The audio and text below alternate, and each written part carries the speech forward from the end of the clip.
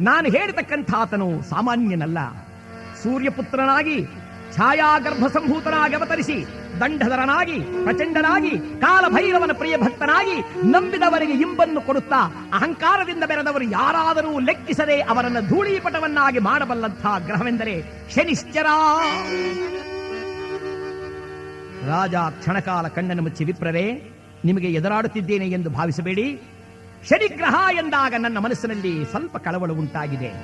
ಅಯ್ಯ, ತಾಯಿ, ತಂದೆ, ಗುರು, ದೇವರು ಎಂದು ಯಾರನ್ನೂ ಲೆಕ್ಕಿಸದೆ ಎಲ್ಲರನ್ನೂ ಕಾಡುವ ಆ ಶನಿಯು ಯಾವ ಹಿರಿಯವನು?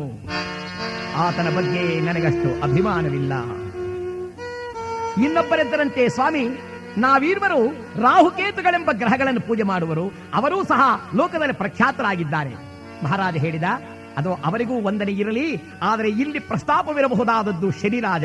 ಅವನಾವ ಹಿರಿಯನು ಪಂಡಿತರೇ,